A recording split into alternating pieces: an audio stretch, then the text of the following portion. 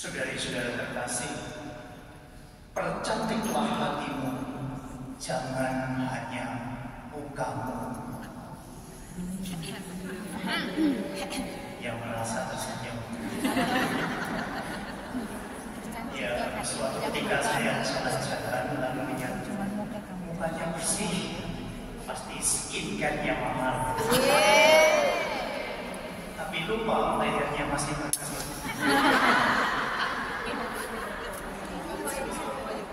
Ya, saya hanya ingin katakan demikian. Hati yang baik, hati yang benar, sampai kapanpun akan bersinar, akan bercahaya, karena dia sungguh-sungguh mengikuti apa yang Tuhan ajarkan. Suatu ketika ada seorang ahli Taurat bertanya kepada Yesus. Namanya ahli Taurat, ahli hukum Musa, bertanya kepada Yesus demikian. Yesus, perintah manakah yang paling utama dalam hukum Taurat ini? Rupanya seluruh hukum Taurat itu diminta untuk diterjemahkan oleh Yesus, disimpulkan oleh Yesus. Mana perintah yang utama? Mungkin ahli Taurat tadi bingung untuk merangkum dari seluruh isi itu, isi perintah-perintah yang ada dalam hukum Taurat itu. Yesus mengatakan demikian, kasihilah Tuhan Allahmu dengan segenap hati, jiwa, pikiran, dan seluruh tenagamu. Dan yang kedua, kasihilah sesamamu seperti engkau mengasihi dirimu sendiri. Saudara-saudari yang terkasih, kalau hari ini Bapak Ibu saudara sekalian mendengar Yesus mengajarkan kepada para murid tentang kasih. Kasih bukan hanya mengasihi sesama, tetapi juga mengasihi musuh. Sudah menjadi hal yang biasa kalau kita disakiti orang lain, bawaannya itu ingin membalas. Sepakat ya? Ya, kalau kita menerima kebencian dari orang lain secara tidak sadar, kita punya rasa ingin membalasnya. Secara tidak sadar, kita pasti punya pikiran kapan untuk membalas orang yang menyakiti kita. Sadar atau tidak, seringkali spontan. Tunggu waktu mainnya. Ya, kita ingin membalas. Bacaan Injil hari ini kepada kita sebagai murid diminta supaya kita mengasihi musuh. Waduh, mengasihi musuh berat ya. Kita mengasihi lawan kita, mengasihi saingan kita, itu bukan hal yang mudah.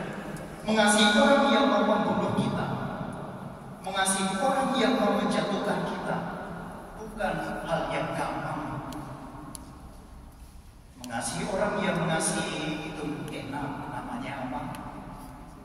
Balas budi, ya kan? Orang ulang tahun, yuk kita rayakan, pasti enak, makan-makan. Orang mau pinjam uang, yuk kita beri. Karena kita saling mengasihi orang-orang yang mudah kita kasih. Tetapi ketika kita diminta untuk mengasihi musuh, orang yang tidak beriman, orang yang tidak beriman pun akan melakukan, akan kesulitan. Itu namanya balas budi ketika kita mengasihi orang yang kita kasihi. Kita diminta untuk mengasihi musuh kita. Berdoalah bagi mereka yang berbuat jahat. Dalam hati berbuat jahat kok didoakan. Iya kan? Ya, doakan. Doa apa? Bukan doa yang mengancam. Bukan. Berdoa supaya musuh kita itu bahagia. Berdoa supaya musuh kita ini semangat. Doanya supaya musuh kita ini bertobat. Ini bukan doa yang mengancam. Bukan doa yang ingin supaya jatuh usahanya, supaya dia gagal, supaya dia enggak selamat.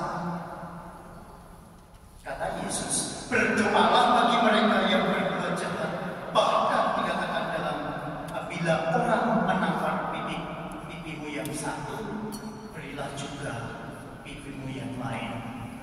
Wah, bisa-bisa rusak mata yang baru dipoles dengan skincare.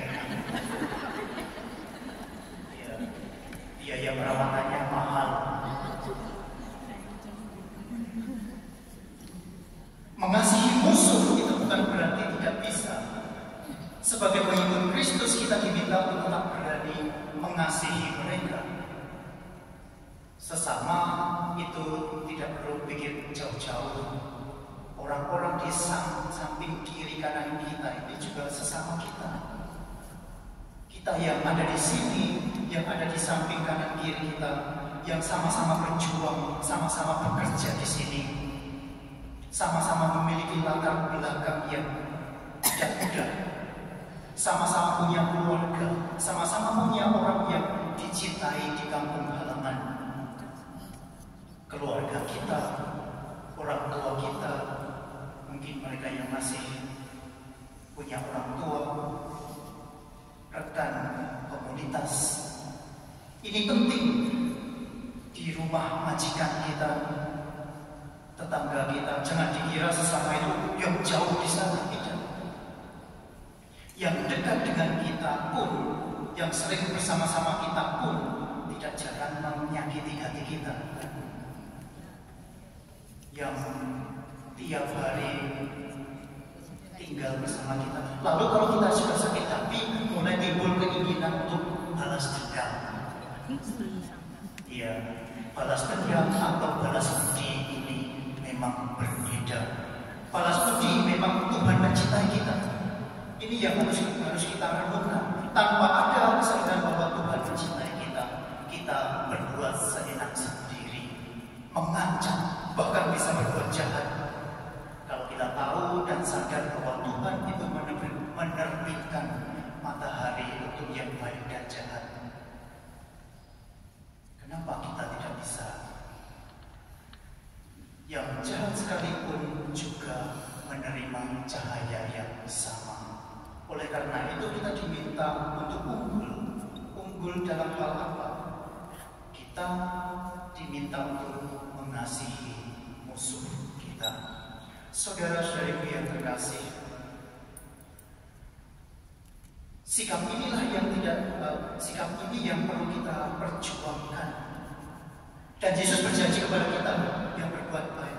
Bila orang melakukan segala sesuatu yang diperintahkan, orang ini, kata Yesus, akan menerima ganjaran upahmu besar di surga. Ini tertulis dalam kitab suci. Kalau kamu berbuat sesuatu yang benar. Saudara-saudari yang terkasih, kadang kita kecewa dengan apa yang kita harapkan tidak terjadi pada kita. Kadang-kadang ingin mencintai tetapi dibalas dengan kejahatan. Istilahnya air susu dibalas dengan air tuba. Kita mengatakan kecewa Romo. Aku mencintai sungguh-sungguh, tapi dianya ternyata semau-maunya sendiri, mau enaknya saja. Ketika kita sering kali kecewa karena apa yang kita inginkan tidak keturutan. Kita sering kecewa ketika yang kita rindukan seringkali harus dibalas seperti dalam bacaan Injil hari ini. Kita ingin menerima yang setimpal, tetapi kita tidak menerima apa yang kita harapkan. Lalu kita kecewa. Aku memberikan cinta yang total, tetapi kamu kok demikian. Kita sering kecewakan, akhirnya kita banyak menuntut.